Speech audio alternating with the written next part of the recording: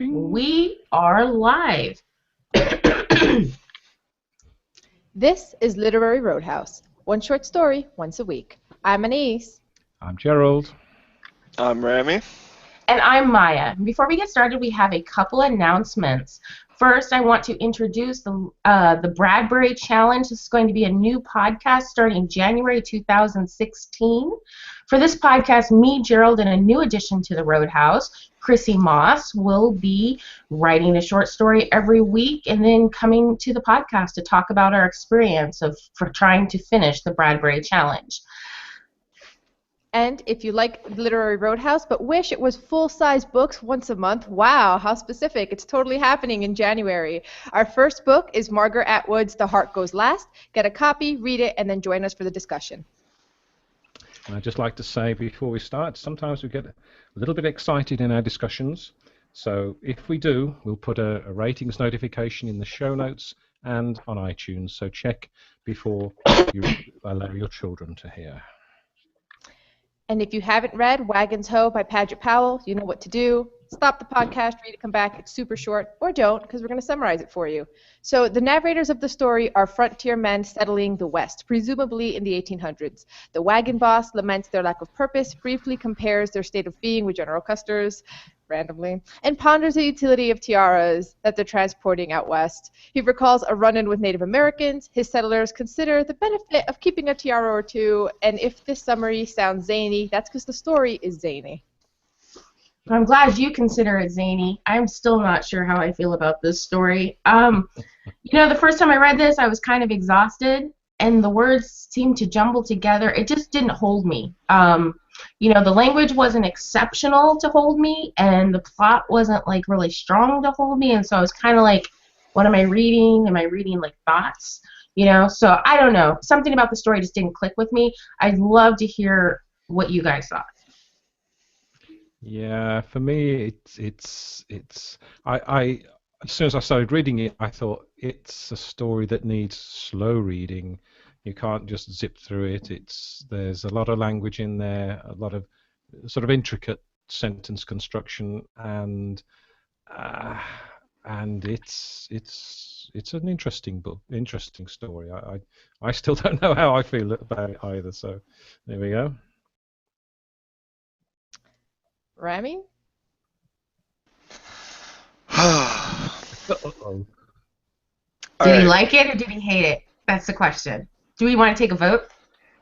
No, so Maya, you said something about this story that didn't click for you. Everything about this story didn't click for me. Thank God I wasn't the only one. I'm not sure. Was it a story? Is that what it was? Okay. There you go. I think that was how he felt. That was how he felt. All right. So, I'm like actually like bothered. Like I'm in a bad mood after reading it, and not because I am too, Rami. I'm glad you said that. It put me in a really bad mood. I'm really glad you said that. Yeah. Yeah. In the pre-show, just so our listeners know, Rami goes, Anais, do you read these stories before submitting them? Well, I asked you before we started recording, so not to put you on the spot, but no, it's fine. It's funny because I don't. Everybody knows I don't. None of us do except for you, Rami. Except for you, yeah. So I read this fresh, just like you guys. Which I don't think is a problem. Okay. It's not. We all have different ways of submitting stories. But so the first time I read it, I was a bit like Maya. I was like, and the words. The first time you read it, it's like you have to like learn how to read him. But then by the second time, I actually like it. So for once, instead of being the podcast grump, which I normally am, I'm going to be the defender. So yeah, I actually think there's a lot here, and it's pretty good. Okay, I feel like we're dealing with recommender bias right now. I'm just putting it on. I didn't read that in my psychology textbook, but I'll look again and see if that's in there. I'm coining the term today, and I'm glad if it doesn't exist, it should. I agree with you, Rami. So, Anais, since you seem to be the only one that seems to be giving it a really good, positive feeling, what did you get out of the story on your second read that you did not get on your first read? So, I think the first time I read it, I was trying to read it too quickly, and I didn't realize how unreliable the wagon boss is as a narrator. And when you start to see how he's kind of like, even though he sounds kind of self-aware, he's not. Like, he comes off on the second read like a little boy with these big fantasies, romanticizing the Western frontier and then being disappointed by it in a way that felt very true to me, especially as he tries to mitigate that disappointment by like pretending, well, it's not that bad, it's still kind of cool. It's like full-grown men like in their head playing cowboys and Indians, and then go out to play cowboys and Indians, and it doesn't quite pan out. And yeah, it just rung true for me, especially for those kind of men. And what was it on your first read that didn't click?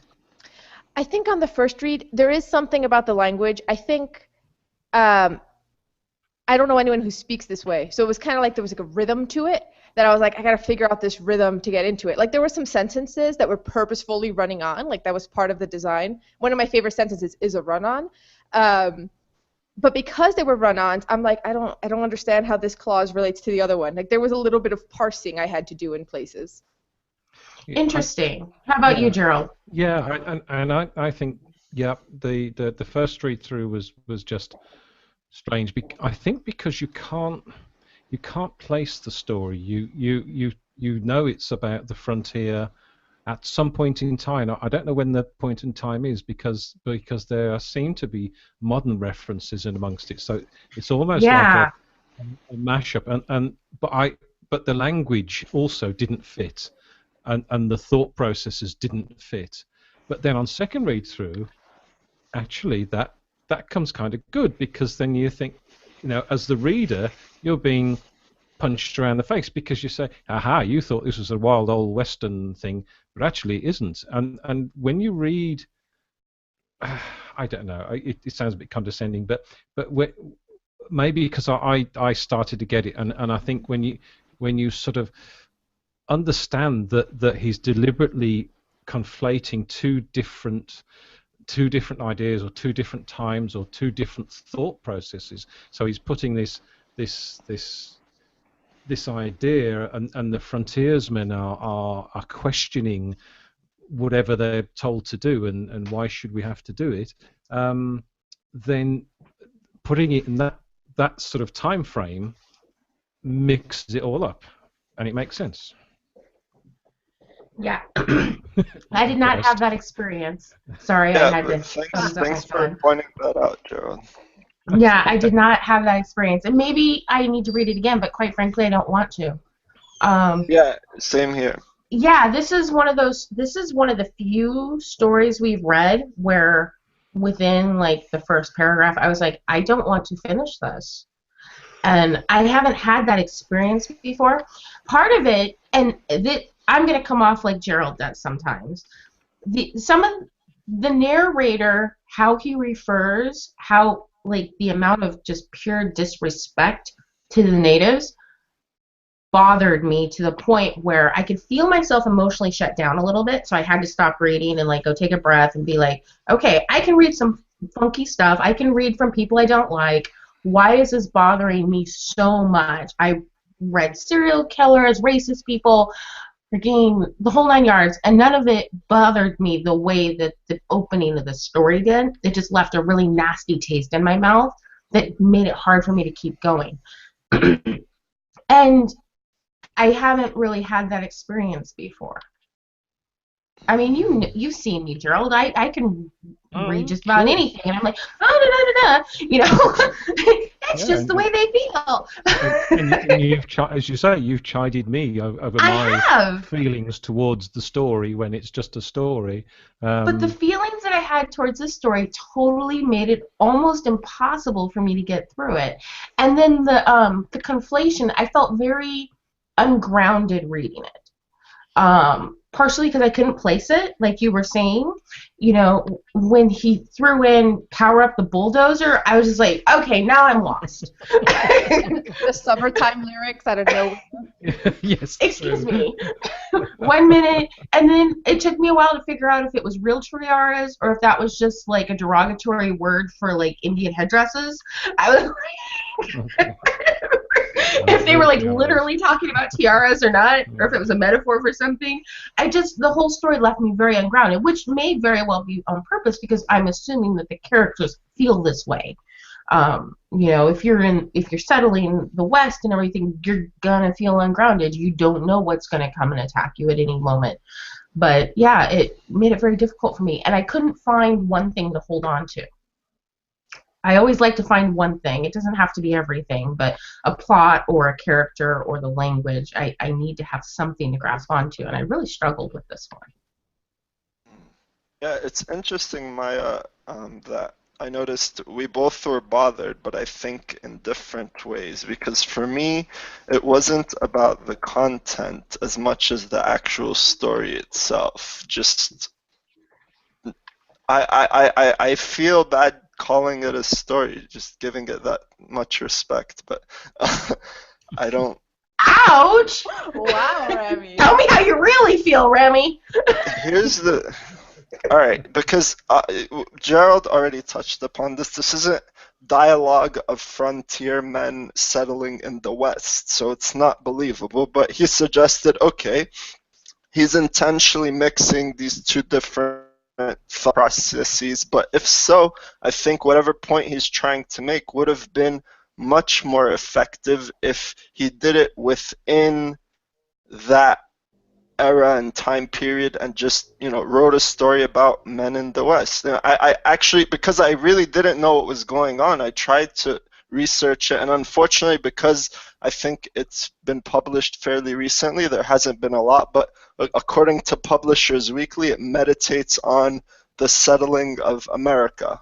That was like the one line that I can find, and it's part of a collection of stories called Cries for Help. And Cries for Help is such a fitting title because that's what I'm doing after reading it. Okay, I'm back on defender mode right now. I feel sorry for you. You don't have to do this, Anais. No, I do. I do have to do this because you guys are right. It is the ground shifting beneath your feet. There isn't a place in time, and I think that's deliberate. Like when I walked away from this the second time, I tend to use a lot of like millennial language, whatever. I was like, this Padgett Powell is a troll. Like he's trolling us a little bit with this story. There's like a little bit of a taunt, Yes, that was perfect. Can't let the troll get you mad with his troll tactics. But it doesn't mean the troll is doing anything artistic. It just means they're trolling and naked and sitting around dribbling their coffee down the front of them. Yes. I mean, he reminds me a little. Okay, so I saw other people who compare him to Bartlemy. He also, I thought a little bit of the guy who wrote Confederacy of Dunces, John Kennedy Toole, I think. Like there's like a little bit of like, it's just like he's toying with the reader to a certain. And I get that. I can definitely see how you can compare him to Bartlemy. I think for me, we've talked a little bit about experimental type writing, and I feel like conflating the time periods is experimental, and the thing about experiments is some work and some didn't. So just because it was on purpose doesn't mean it worked. Mm-hmm.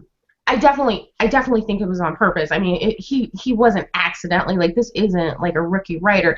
I think probably this story in the context of a full collection would have a lot more impact. I think this is one of those stories that, for me, just didn't stand on its own. But I can see what he's doing. I just didn't feel like it worked. And I felt like if I were to hand this to somebody else, just random person on the street, I think the majority of people would be a little lost by this story. And that really brings it home for me that this story is either so, quote-unquote, specialized and intellectual that it's blocking out a large portion of readers, including myself, who's usually a pretty patient freaking reader. Like, I have no problem reading hella slow, reading out loud, notating if I got to. And for me, if I'm having problems getting through, like literally finishing the story because I'm just not enjoying myself at all, I know that a lot of readers are going to have that experience. That's not to say it's bad, it's just it's not working for me. We spoke a little recently about almost like the iceberg and I think it was Anais who drew the the comparison to an iceberg, where the top needs to be accessible, and you need to have access to the story and to understand the story, or the thinking behind the story first, before you can explore the inner depths, and that accessibility. And I think you're right, Maya, that you give it to a whole host of good readers, and they'll say, what the hell is this? And I find this a lot. Like, I think this is the primary criticism I hear from people that don't read literary fiction, is that it's not accessible. And for me, I don't mind really difficult literary works, but there has to be something that makes me desire to figure out more, that makes me desire to get deeper into the story. And if you can't catch me, like, on a basic level, I'm not going to want to dig any deeper. And, like, that's what people talk about. They say it's boring, they say it's convoluted, that the ideas aren't accessible. And I don't think that literary fiction has to be like that. But this story, to me, is the epitome of all those complaints I hear from other people. Yeah, and I think that's fair, because if I wasn't doing this podcast, I probably wouldn't have read it a second time. I'm glad I did, because I got enjoyment out of it once I did, but I probably wouldn't have, because when I was writing the summary, I'm like, there is no plot. It's like a bunch of dudes sort of thinking about kind of recent events-ish. One of them probably didn't even happen, and it's all anachronistic. Like, it's just kind of all over the place. Yeah. Did you feel like any of the ideas were new? Like, to me, it felt very much like stuff I'd already read before. As far as the ideas, not the way it was written, but as far as the ideas, I didn't really feel like I was reading anything new. Yeah, there was like this sort of existential angst that was tied to a lack of purpose, a lack of resolve. Like in the story, the wagon boss equates happiness with having resolve, whether or not the resolve is right or wrong. Like, he's romanticizing General Custer's last stand, being like, you know, the reason they died happy, he assumes, he has no way of knowing, is because they had some purpose and they died with the groove still in the music. The music was still playing for them. So there's that theme of it, which I kind of like. It makes me kind of like that it's anachronistic, because you could put them anywhere. They could be like in a Foxtrot's during World War II, or they could, it doesn't matter. They could even be in a Terminator movie, being like, this isn't as cool as I expected. Yeah. It's that disappointment. How about you, Gerald? I think you said there's nothing new. For me, the idea that sort of settlers, frontiersmen, were just seemed to be carrying goods across the country. So they weren't, you know, across the wild frontier looking to start a ranch or you know, farm cattle or get married or something. It just seems to me that their sole purpose is to carry stuff across the country, which I found sort of fairly amusing, and I well, that's sort of really quite enjoyed that. what happens a lot. I wonder. I'm sure. I mean, growing up here, these are stories I've heard. And so I am curious how that was different for you, because growing up, yeah, there were frontiersmen that like went out to go discover stuff, but the majority of people were just trying to get some free land, trying to raise their 15 kids, trying to get to San Francisco, carrying, you know, goods or prostitutes to San Francisco. Like, there wasn't that much going on. You got to do what you got to do to make ends meet. but I think the idea I got from it is that once this had happened and once people had settled, then they would need to bring things across country that they couldn't find locally. So that, yeah, they can find lumber and stuff, you know, a bit of gold maybe, but you know, tiaras, things that they're not going to find locally. So they'd have to be brought across, which is, you know, tiaras. I find that funny. Yeah, that is pretty funny. Of all the things, tiaras. Like, it was so ludicrous that I literally wasn't sure if it was a metaphor or not. Because I'm like, no, it can't really be tiaras. I think it's really tiaras, because I think so. It could have been anything. It could have been. Oh, it definitely. I definitely think it was tiaras after finishing the story. But I gotta tell you, I fought with myself for a few sentences. Here's something I it's not something I learned new from the story, but it reinforced a point and a message I want to send to all the kids out there, okay? Here's a sad but true fact of life and the world we live in, okay? Is I thought to myself after reading it, I'm just some Joe Schmo, okay? And if I write something like this and I send it to the Washington Post, how many of you think they're going to publish it, right? And that's why I want to say it's important, kids, to stay in school, build yourself so that people give you more respect. Because this guy, he's a University of Florida professor. He won awards for his writing. And, you know, I want to defend his honor in front of this guy's students, okay? No one's perfect. Even, you know, Michael Jordan misses a number of shots. But having this pedigree doesn't excuse you from criticism. So it comes with the territory. And this was an airball.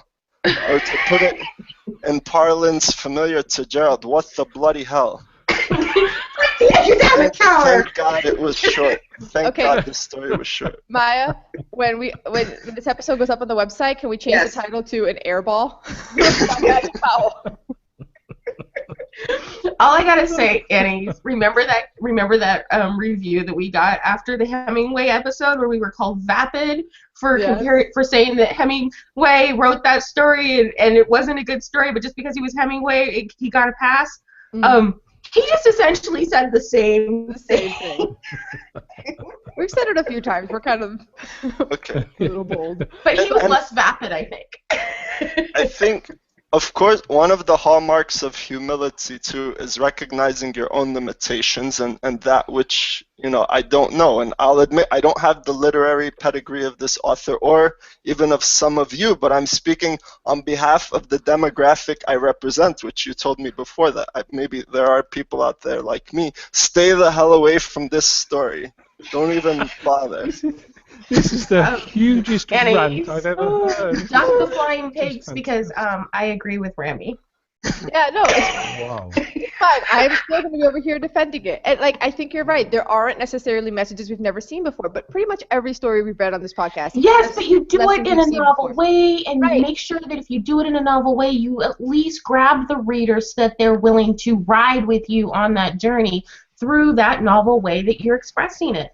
Right, and that's why I liked it, because his novel way was being a total troll. And I'm like, hats off. He was playful. So my question to you, Anais, given the various definitions of story that we've heard heard everything from a story has a plot to a story is something that changes, that you see a change in the characters to even just a change. Like there has to be a change of some sort, even if it's within the reader. What do you think it is that makes this a story? Yeah, no, I can't defend that aspect of it because it isn't in the traditional sense. I'm not saying traditional, okay. Or even non-traditional. It's, you know. You know, when we had our guest episode, we heard very non-traditional definition of story. Even with the most non-traditional definition of story, I am having a hard time calling this a story. I feel like this is an exercise. It is an interesting exercise. It is. I'm gonna be polite. I'm trying so hard to keep our explicit rating down because I was just like literary. No, don't go there. I'm just trying so hard. But you know, it feels like somebody, you know, that's just experimenting with language and having fun, but it doesn't feel like a story, and that's fine. Like I said, I think it probably works in the context of a collection. I think this is probably one of those things where you've got a bunch of individual ideas and they come together to make a story. So maybe the collection has an overreaching idea, but I'm having a hard time calling this a story. I think the story it's a non-traditional story, so therefore I don't think you can apply traditional definitions to it. So as a piece of writing, I enjoyed it. It entertained me. I learned something from it. So that's maybe it's more an exposition of facts. Yeah. But or the fact that you had these two different things conflated together, that you had the 1800s and seemingly I don't know, the 19 somethings with bulldozers and several sort of references to a more modern time frame. So that's what made it more of a challenging and interesting story. I tell you, my rating's creeping up all the time listening to you guys. I'm glad, Gerald. I'm glad. I mean, to me, this is an interesting discussion because, when we talk about like the normal, what you expect from a story, those are easy. But these types of writings, where I'm sitting here, I'm like, is it a story or is it not? I find this a very interesting line. Like, I'm curious where the line between story and essay is, where the line between story and exposition is. To me, like, there are times when I can't logically put something into a story format, but it feels like a story. And there have been short stories we've read that felt like novels. This doesn't feel like a short story, and I'm trying to figure out what it is that makes people think it is. Is it just because it's short and they just got to call it something? Because to me, it's fiction, but it feels more like meditation. I like the fact that they called it that in one of the analysis that Rami was quoting, because it feels more like a meditation on something rather than an actual story. Yeah, but I thought I saw that same Publishers Weekly thing. They're like, a meditation on settlement. I'm like, what story did you read? It's meditating on something, but it's not meditating on the frontier settlement at all. Like, it doesn't, like, it's not like a history lesson in that way, or what it was actually like to settle the frontier. Like, but what did it feel like to you? Did it feel like a story? Did it feel like flash fiction? Like when you read it, what did you think it was? I didn't.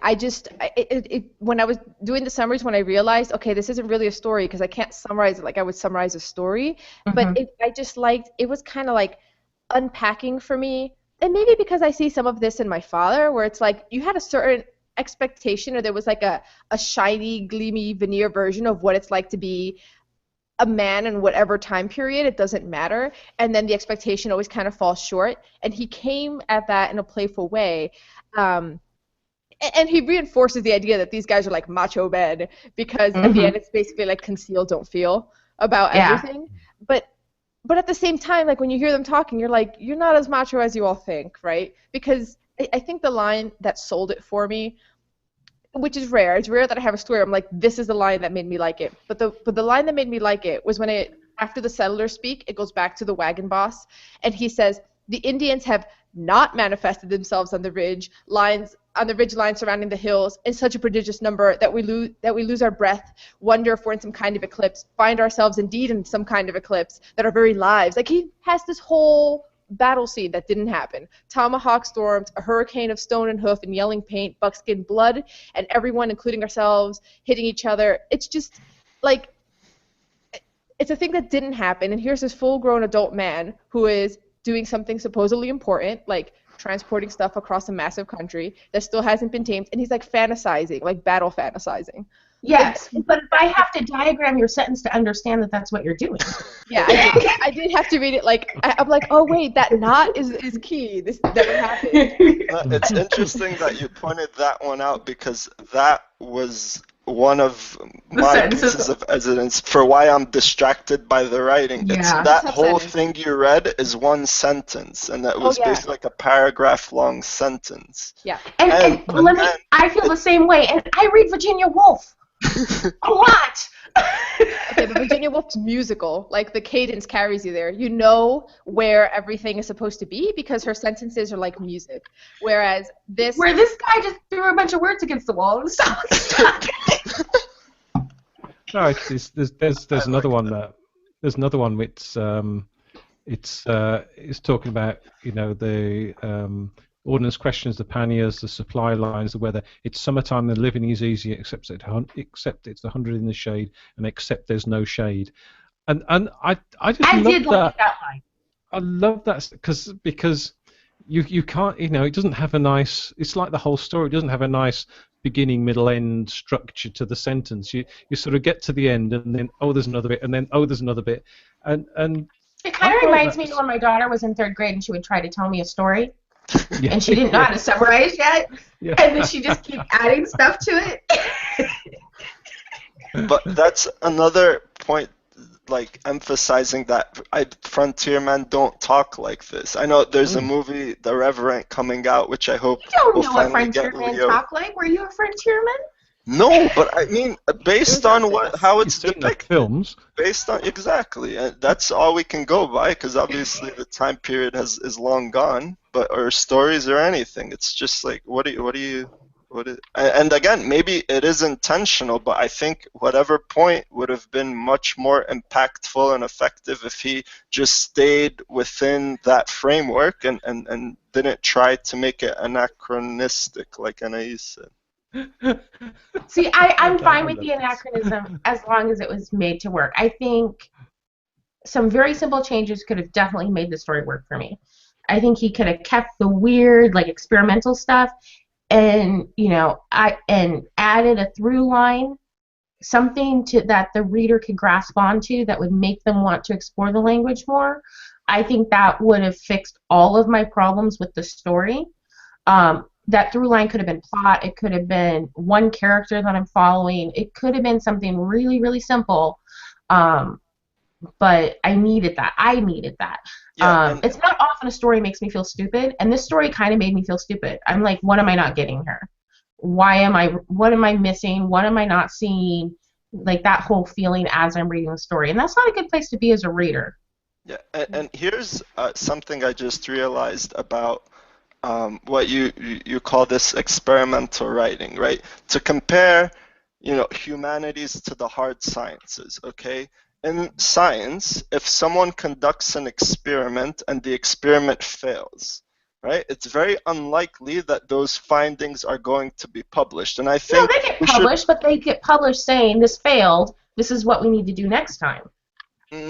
Well, honestly, and well, not exactly failed, but like yield some unremarkable results. Like I Yeah. know Yeah, anecdote, like people will just non-results. not even bother submitting it. So I think the point I'm trying to make is humanities should be held to the same standard. Where okay, if I mean maybe he feels like it does work, and actually it is important to keep in mind that it's in the context of a collection of stories. So I think it's unfair to some degree to judge it on its own merits. However, I'm sure this particular story was well, I'm not sure. I mean, I'm guessing that he submitted it to the Washington Post. It's not like the Washington Post read the collection and just picked one to publish for itself.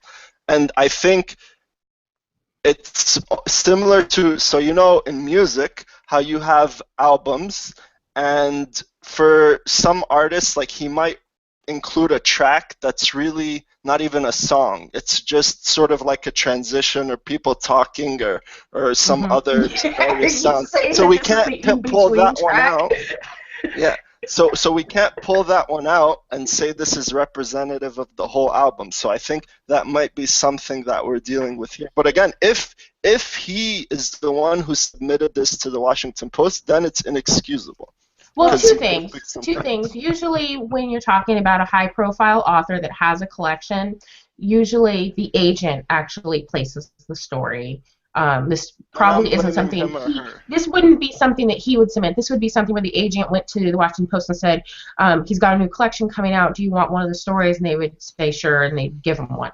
That's just typically how it's done for somebody at that profile.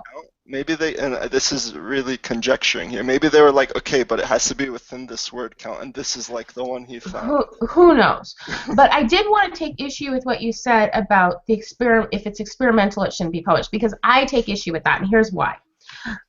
I think when you're talking, I just want to make my point. I just want to make my point because I think this is a common thought that if the story's not perfect, it shouldn't be published.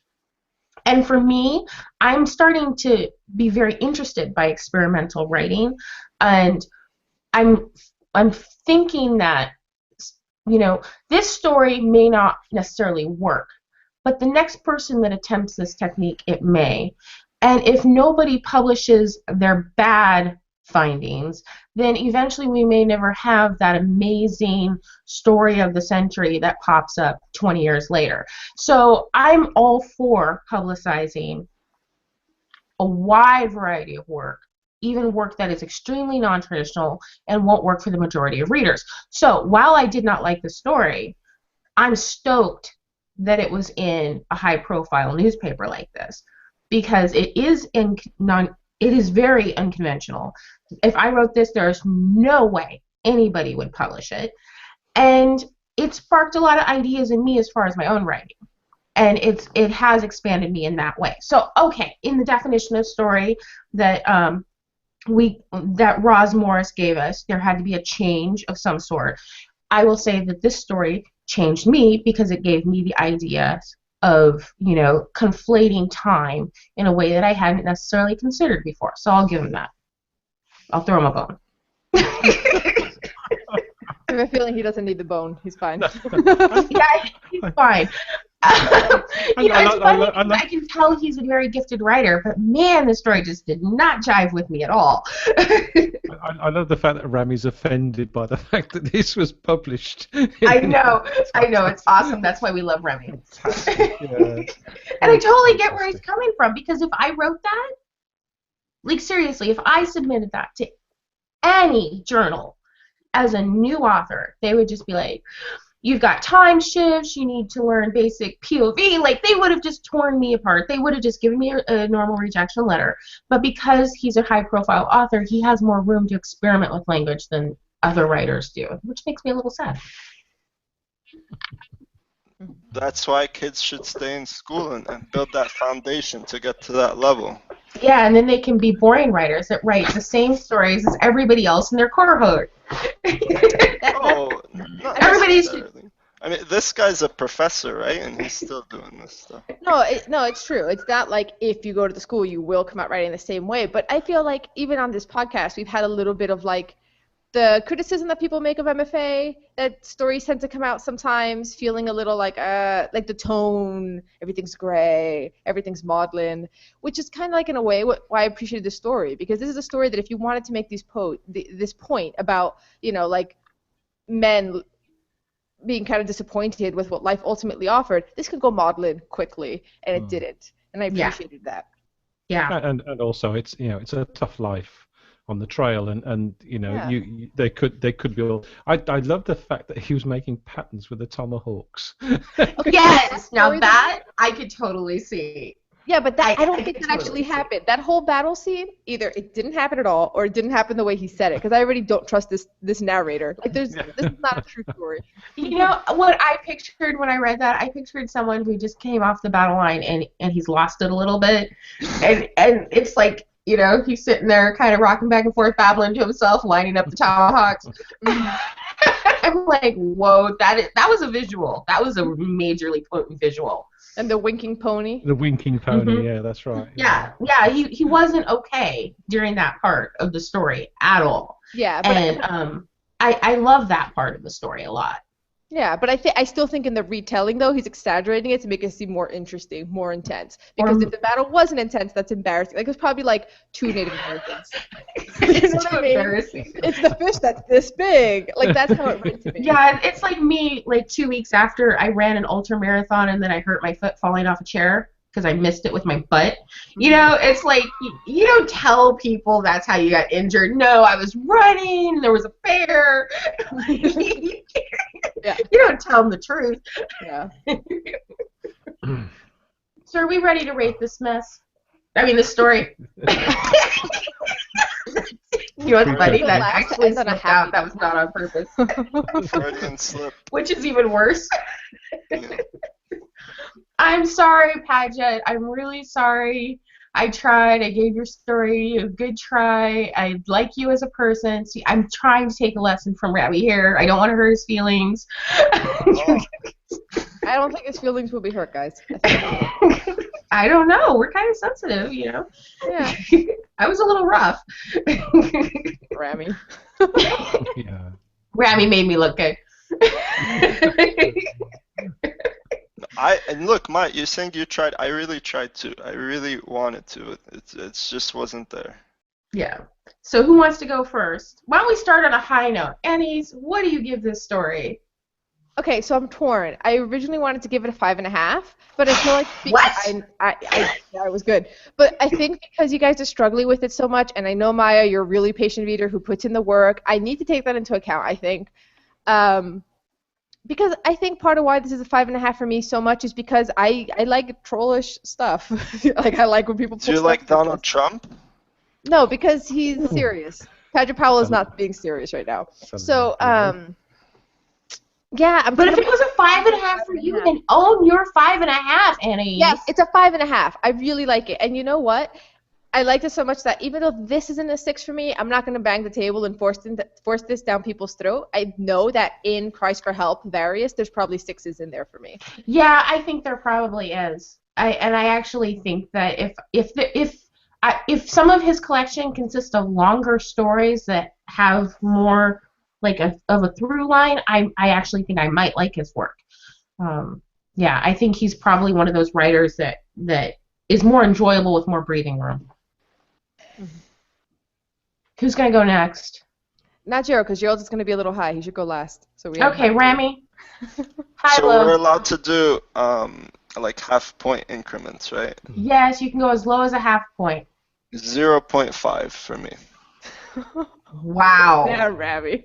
That's the lowest score. When I said high-low, I was not expecting that at all. That was painful. It was painful for me, too. It was more painful if for you me. add your scores, it's a 6.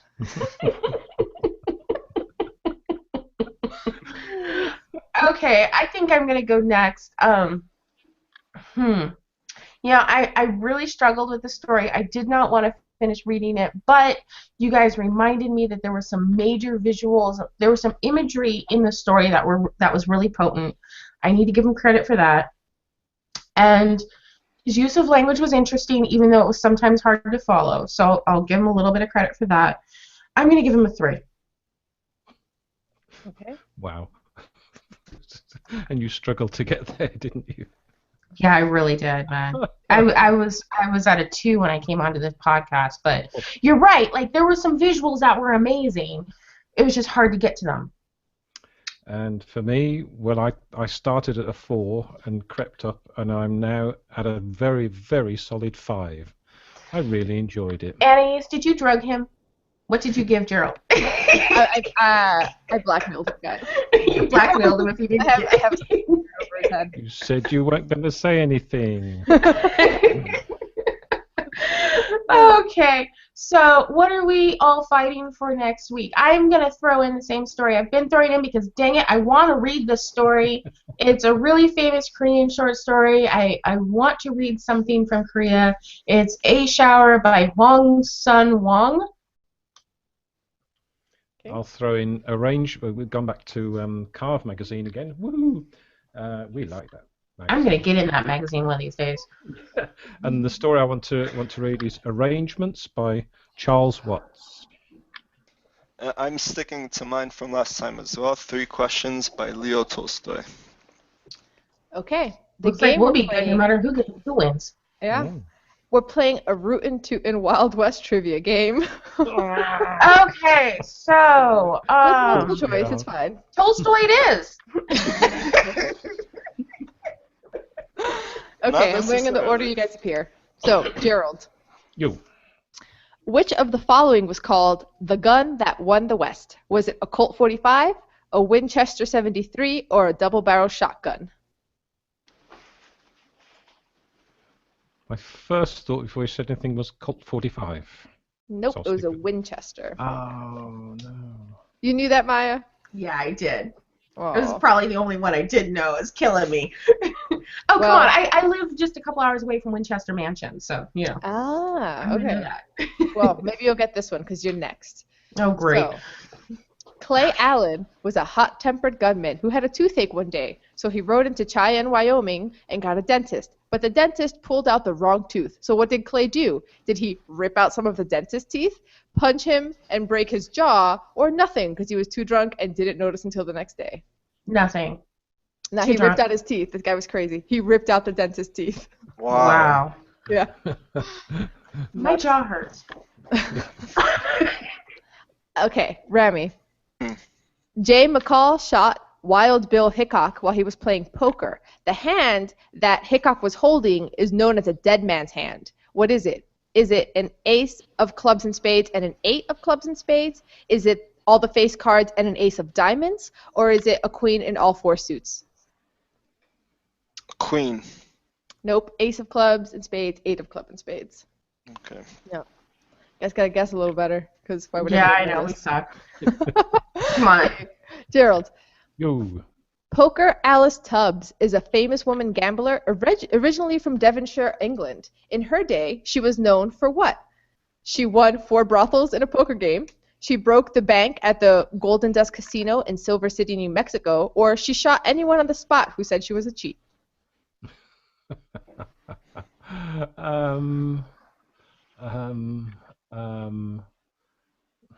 The middle one. Yep, she broke the bank. There you go. Gerald's got 1 point. Oh, I was hoping she shot anybody on the spot. I would just be like, that's my kind of woman. That's just badass. I thought it would be she won 4 brothels, because back in the day it was just like Yeah, that would have been they cool were too. everywhere. Yeah, in the Wild West. There were some powerful women in the Wild West. Mm-hmm. Okay, Maya. The Dalton gang met their fate in Coffeyville, Kansas. What daring robbery attempt did they try to do that had never been done before? Rob a train and a bank in one day, rob 2 banks at the same time, or rob 2 trains in one day? 2 banks at the same time. Yep. Maya's got 1 point. Yay, finally. Yay. Okay, Rami. Mm. In Denver, Colorado, the town council ordered all women of ill repute to wear yellow ribbons. Jenny Rogers, a well-known madam of the town, wasn't going to be intimidated, so she ordered her girls to do what? Wear all yellow from head to toe, have their male customers wear yellow ribbons in their cowboy hats, or decorate the bordello with yellow curtains. Wear yellow. Yep, wear yellow. You guys are tied. 1-1-1. Whoa. Okay, Gerald. Yeah. Ben Kilpatrick, a.k.a. the Tall Texan, was illiterate. As a result, what did he always do? He ordered nothing but ham and beans in saloons because he couldn't read the menu. He shot anyone who caught on to his illiteracy, or he hired strangers to read wanted posters and tell them what they said. I'll go ham and beans. Ham and beans. Yay. Yay. Fantastic. It's a good quiz, this. Okay, Maya. Outlaw Black Bart Bowles. These names. Black Bart Bowles is said to have Say that robbed... 5 times fast. So he robbed 28 stagecoaches. Many times he'd leave behind a token as a symbolic gesture. What was it? Was it a poem, a handkerchief, a bullet painted black? A handkerchief. It was a poem that he signed Poet. That's awesome. Rami, this is to tie Gerald. Then we go into a tiebreaker. If not, Gerald wins. Gotcha. What was the matrimonial news? Was it a book for men and women that told them what was expected of them in marriage? Was it a San Francisco matchmaking newspaper like a Match.com for the Wild West for mail-order brides and mail-order husbands? Or a railroad newsletter announcing the arrival of mail-order brides from other towns, countries, whatever, when they would come in? The last one. Nope, it was Match.com of the Wild West. Oh, wow. Which is crazy.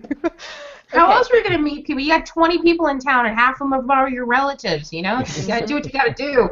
They say that mail-order brides is what tamed the West. Mm-hmm. Oh. You can't have that many men running around with guns and no women. That's right. Yeah. There's something we could say there, but we're not going to go down there. Hey, we've kept it clean so far. Okay, Gerald, what are we reading? So we're going to be reading Arrangements by Charles Watts from Carve magazine. Excited. We always like Carve. Okay, but first, give your life a little purpose and resolve to leave a comment at literaryroadhouse.com and leave your thoughts on Powell's story in his playful style. Realize your greatest potential by leaving a review on iTunes, Stitcher, and Spreaker, and then share this podcast, really a frontier if you think about it, but don't think about it too hard, with your friends. Until next time, read a good story. I really hope we get comments on this one because I'm so curious to hear what everybody thinks. I know. Oh, man, this story. Wow. Yeah, this story. I so want to hear the reviews coming in. I'm glad one of us liked it, or else 0.5. would have been very. Yeah, that would have been all bad if you 0.5. didn't like it, Anais. That would have been all bad. And I actually feel a bit like a curmudgeon for disliking it as vociferously as I did, but I'm normally the curmudgeon, so I'm kind of glad it wasn't me this week. Oh.